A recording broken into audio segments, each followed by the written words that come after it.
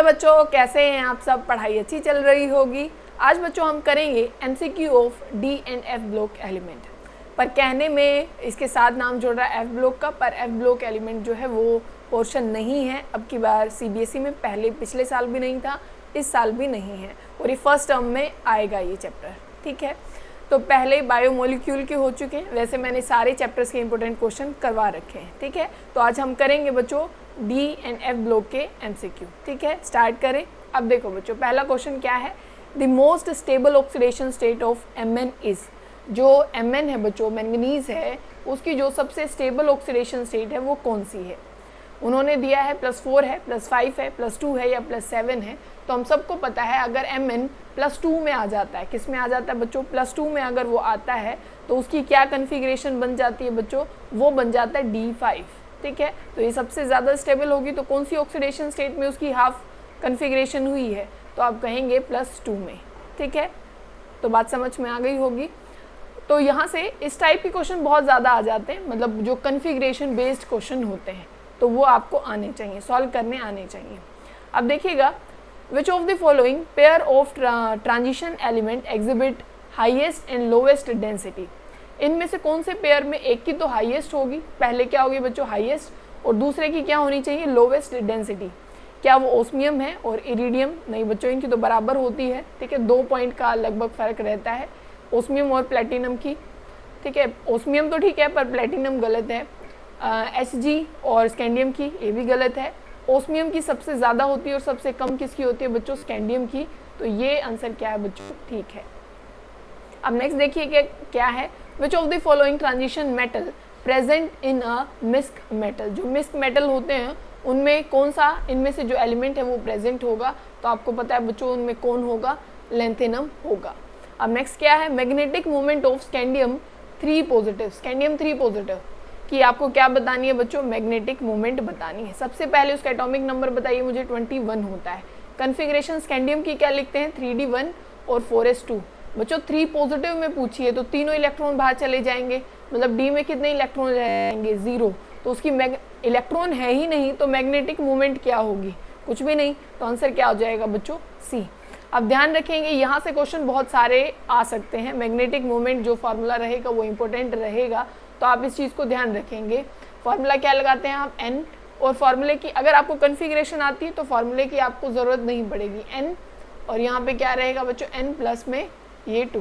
ठीक है, ऐसे आप क्या निकालेंगे, मैग्नेटिक मोमेंट। और मैंने आपको ट्रिक बताई थी कैसे याद रखते हैं, जितने अनपेयर्ड इलेक्ट्रॉन होंगे, मान लीजिए 2 अनपेयर्ड इलेक्ट्रॉन है डी में, तो यहाँ पे पॉइंट या तो 8 लगा दीजिए या 0.9, वही उसकी मैग्नेटिक मोमेंट हो जाएगी। बात समझ में आ गई है। अब नेक्स्ट क्वेश्चन देखते हैं बच्चों, क्या है, most powerful oxidising property of Mn is shown by which oxidation state. जो ऑक्सीडाइजिंग प्रॉपर्टी है, मतलब खुद तो उसका क्या होने वाला है बच्चों, रिडक्शन, और ऑक्सीडाइजिंग एजेंट मतलब वो बनेगा तो दूसरे का करेगा ऑक्सीडेशन, क्योंकि एजेंट बना है ना, तो एजेंट किसका होगा, ऑक्सीडेशन का। खुद का उसका क्या हो जाएगा बच्चों, रिडक्शन। और रिडक्शन कोई भी चीज़ कब करती है, मतलब गेन ऑफ इलेक्ट्रॉन कब करेगी, तब उसको बहुत ज़्यादा ज़रूरत हो और उसका कोई भी इलेक्ट्रॉन अब देने लायक उसके पास बचा ना हो। ठीक है, तो मैक्सिमम जो Mn है वो किस में जाता है बच्चों, +7 में। तो +7 में ही वो किसके जैसे बिहेव करने वाला है, एक ऑक्सीडाइजिंग एजेंट के, क्योंकि अब उसके पास कुछ इलेक्ट्रॉन बचेंगे नहीं देने के लिए, तो ऑक्सीडाइजिंग एजेंट तो बनेगा ही। ठीक है, अब नेक्स्ट क्वेश्चन देखिए, oxidation number of gold is. इनमें से कौन सा रहेगा, +1 शो करेगा, 0 करेगा, -1 करेगा, या इनमें से कोई नहीं करेगा। तो आप क्या बताएंगे आंसर, +1 शो करता है। ठीक है, आपने AgCl इनमें देखा होगा, तो इनमें से कौन सी शो करेगा, +1। अब नेक्स्ट देखिए, shape of D orbital. D orbital की शेप क्या होती है, स्फेरिकल होती है, डम्बल शेप होती है, या डबल डम्बल्ड होती है। हम सबको पता है क्या होती है बच्चों, डबल डम्बल्ड होती है। हमने ये देखिए ना, हम ऐसे बनाते थे। ठीक है, तो ये कौन सी हो गई, डबल डम्बल्ड। और कितने ऑर्बिटल होते हैं डी में, 5 ऑर्बिटल होते हैं। कौन कौन से होते हैं वो भी बता दीजिए, DXY लिखिए, DYZ और ZX, DZX और x² - y² और DZ², ये 5 ऑर्बिटल होते हैं। ठीक है, अब नेक्स्ट देखिए, which one of the following is a diamagnetic ion. ठीक है, इनमें से डायमैग्नेटिक आयन कौन सा है, कोबाल्ट 2 पॉजिटिव है, जिंक 2 पॉजिटिव है, या कॉपर 2 पॉजिटिव है। डायमैग्नेटिक क्या होते हैं बच्चों, जिनकी कोई मैग्नेटिक मूवमेंट नहीं होती, और पैरा क्या होते हैं, जिनके पास एक भी इलेक्ट्रॉन होगा तो वो पैरा में आ जाएगा, और डायमैग्नेटिक जिनके पास एक भी अनपेयर्ड इलेक्ट्रॉन ना हो। तो ऐसा सिर्फ एक ही है, कौन है बच्चों, जिंक, क्योंकि उसकी कन्फिग्रेशन क्या हो जाएगी, जिंक 2 पॉजिटिव की 3d10, क्योंकि उसमें एक भी अनपेयर्ड इलेक्ट्रॉन नहीं है। ठीक है, तो वो कैसा है, डायमैग्नेटिक नेचर का होगा। अब नेक्स्ट क्वेश्चन को पढ़िएगा, विच of the following is not an element of first transition series. बच्चों यहाँ ऑप्शन लिखना भूल गए हैं, तो यहाँ पे आप अभी लिख देते हैं और आप आंसर बताइएगा। किसका बताना है, फर्स्ट ट्रांजिशन सीरीज का ये एलिमेंट नहीं है। ठीक है, आप बताना इनमें से कौन सा नहीं होगा।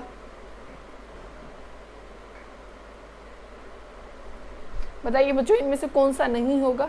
तो ये जो सीजियम है बच्चों, ये क्या है, फर्स्ट ट्रांजिशन सीरीज का एलिमेंट नहीं है। तो वो कोई भी लिख के दे सकता है, वो और भी ट्रांजिशन वहाँ पे Hg भी लिखा हो सकता है, वहाँ पे हाफनियम भी हो सकता है, जिरकोनियम भी, कोई भी एलिमेंट हो सकता है। तो आप सारे एलिमेंट भी आपको याद रखने, इस टाइप का क्वेश्चन आ सकता है। ठीक है, अब नेक्स्ट क्वेश्चन देखिए, zirconium and hafnium have almost equal atomic and ionic radii.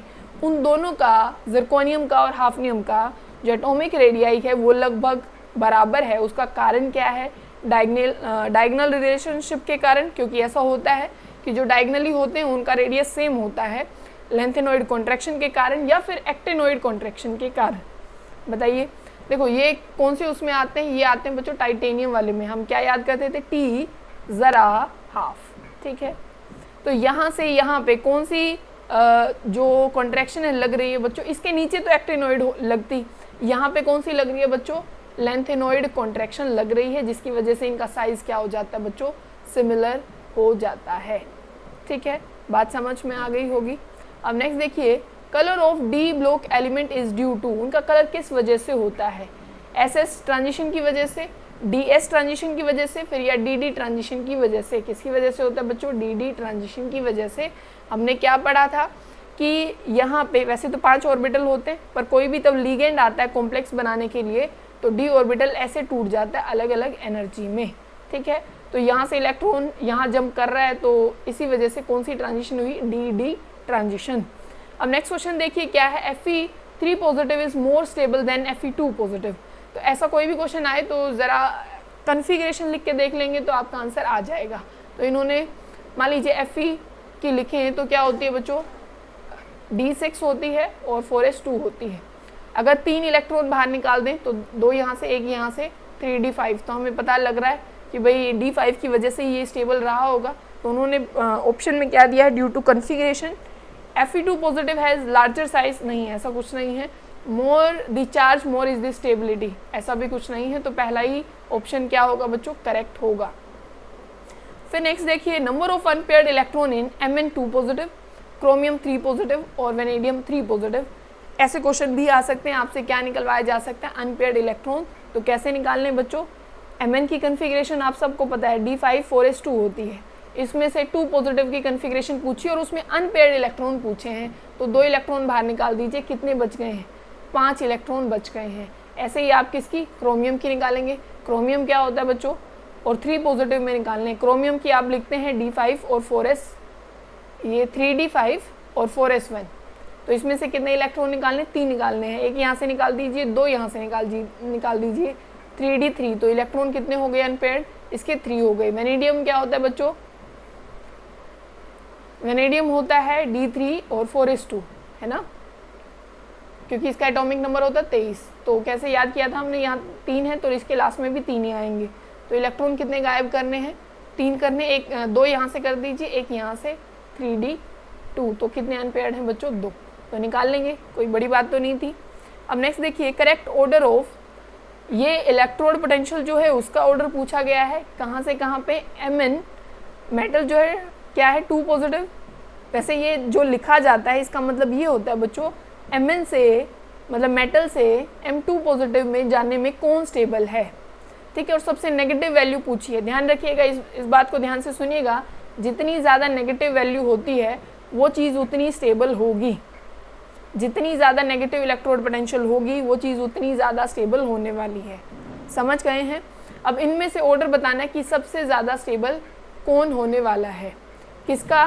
तब M से M2 पॉजिटिव में जाएंगे, M से M2 पॉजिटिव में, तो सबसे ज़्यादा स्टेबल कौन बनेगा? तो हमें पता है Mn बनेगा बच्चों, क्योंकि Mn में क्या होती है, D5 4s2 होती है, दो इलेक्ट्रॉन निकाल देंगे तो D5 बन जाएगी। तो सबसे पहले Mn किस में आने वाला है बच्चों? Mn इस वाले ऑप्शन में आ रहा है, तो यही क्या हो जाएगा, करेक्ट हो जाएगा। तो नेगेटिव जितनी ज़्यादा पोटेंशियल होगी वो उतना ज़्यादा स्टेबल होगा। और कन्फिग्रेशन लिख के देख लेनी है। और ये क्या लिखा हुआ था, ऐसे लिखा होता है M2 पॉजिटिव से M, तो इसका मतलब क्या होता है कि M से M2 पॉजिटिव जाने में सबसे ज़्यादा स्टेबल कौन रहने वाला है। बात समझ में आ गई है। अब नेक्स्ट क्वेश्चन देखते हैं। Which of the following is not an element of first transition series? ये फिर से आ गया है, तो इसमें से बता दीजिए। एक Fe है, ये क्रोमियम है, MgO है और Ni है, तो कौन होगा बच्चों? Mg फर्स्ट ट्रांजिशन सीरीज का एलिमेंट नहीं है। फिर बताइए the anomalous configuration shown by, इनमें से किस पेयर में जो एक जो कन्फिग्रेशन में थोड़ा चेंज दिखाई देने को मिलता है, एनोमलस है, थोड़ा सा हटके है जो नॉर्मल कन्फिग्रेशन होती है उनसे। तो क्रोमियम और कॉपर में, स्कैंडियम क्रोमियम में या क्रोमियम और जिंक में, तो पहला ही ऑप्शन ऐसा है, क्रोमियम और कॉपर एक्सेप्शनल कन्फिग्रेशन, एक एनोमलस कन्फिग्रेशन शो करते हैं। ठीक है, नेक्स्ट देखिए the abnormal low melting point is shown bye, ये पॉइंट आपको ध्यान रखना है बच्चों कि ये क्वेश्चन कई बार पूछा जाता है कि लगता है हमें कि इनका हाई होने वाला है पर इनका एक्सेप्शनली लो हो जाता है मेल्टिंग पॉइंट। कारण क्या है? क्योंकि हम बोलते हैं जितने अनपेयर्ड इलेक्ट्रॉन होंगे उतना ज़्यादा मेल्टिंग पॉइंट होता है, पर यहाँ पे थोड़ा सा खेल उल्टा हो गया था। तो यहाँ क्या है बच्चों, जो Mn और जो Tc है उन दोनों का जो मेल्टिंग पॉइंट है बच्चों वो क्या है, कम है। क्या है? कम है, क्योंकि ये D5 मतलब एक स्टेबल कन्फिग्रेशन में है और ये कोई मेटालिक बॉन्ड नहीं बनाना चाहते क्योंकि ये पहले से ही स्टेबल है। क्योंकि जितने अनपेयर्ड इलेक्ट्रॉन होते हैं उतनी ज़्यादा बॉन्डिंग करते हैं, इनको बॉन्डिंग की ज़रूरत ही नहीं क्योंकि ये पहले ही स्टेबल है D5 में, तो इन्होंने नहीं की तो मेल्टिंग पॉइंट अपने आप कम हो गया है। ठीक है बच्चों, अब देखो नेक्स्ट देखिए, F block element are called, क्या बोला जाता है F ब्लॉक एलिमेंट को? ट्रांजिशन एलिमेंट बोलोगे, इनर ट्रांजिशन एलिमेंट बोलोगे या कोइनेज एलिमेंट्स बोलोगे? क्या बोलोगे बच्चों? इनर ट्रांजिशन एलिमेंट बोलोगे। ठीक है, और एक क्वेश्चन ये पूछा जाता है कि भाई जो डी वाले जो अपने एलिमेंट हैं उनमें जो इलेक्ट्रॉन है वो कहाँ पे जाता है, मतलब वैलेंस शेल में जाता है, पेलेंटीमेट शेल में जाता है या एंटी पेलेंटीमेट शेल में? तो किस में जाता है बच्चों? पेलेंटीमेट शेल में। तो ये चीज़ भी आपको ध्यान रखनी है। ठीक है, अब नेक्स्ट देखिए the atomic number of 4f range from, जो एटॉमिक नंबर है 4f जो सीरीज़ है बच्चों 4f मतलब फर्स्ट जो इनर ट्रांजिशन सीरीज़ है उसका जो एटॉमिक नंबर रेंज है वो कहाँ से कहाँ तक है? 57 से 71, 58 से 71 या 57 से 72? तो आप सबको पता होगा 57 तो लेंथेनम आ जाता है। ठीक है, 57 तो क्या आ जाता है बच्चों? लेंथेनम। तो उसके बाद से शुरू होता है, मतलब 57 तो नहीं होगा तो 58 होगा। तो यही ऑप्शन हो सकता है, 58 से 71 तक जो क्या होते हैं, लेंथेनॉइड्स जो होते हैं वो आते हैं जिनको 4f भी बोला जाता है। ठीक है, और एक्टिनॉइड को क्या बोला जाएगा? 5f। ठीक है, नेक्स्ट क्वेश्चन देखिए, विच 3D element exhibit maximum oxidation state, इनमें से कौन सा जो फर्स्ट ट्रांजिशन सीरीज़ का एलिमेंट है या 3D ट्रांजिशन सीरीज़ का एलिमेंट है मैक्सिमम ऑक्सीडेशन स्टेट शो करता है? टाइटेनियम, ओस्मियम करता है, Mn करता है या फिर जिंक करता है? तो हम सबको पता है बच्चों, वैसे तो ओस्मियम भी करता है, सबसे ज़्यादा करता है +8 तक, पर इन्होंने फर्स्ट ट्रांजिशन सीरीज़ की पूछी है तो हम किसके ऊपर जाएंगे? Mn के साथ जाएंगे। ठीक है, देखिए ये लिखा हुआ मैंने पहले आंसर, मतलब नेक्स्ट वो बन सकता था। मैक्सिमम किसकी है? +8। किसकी हो सकती है बच्चों? ओस्मियम की हो सकती है। किसकी हो सकती है? ओस्मियम की, ध्यान रखेंगे। ठीक है, वैसे खुद ही दिखा रहा है कि +8 ऑक्सीडेशन स्टेट, तो OS मतलब ओस्मियम, ध्यान रखेंगे इससे।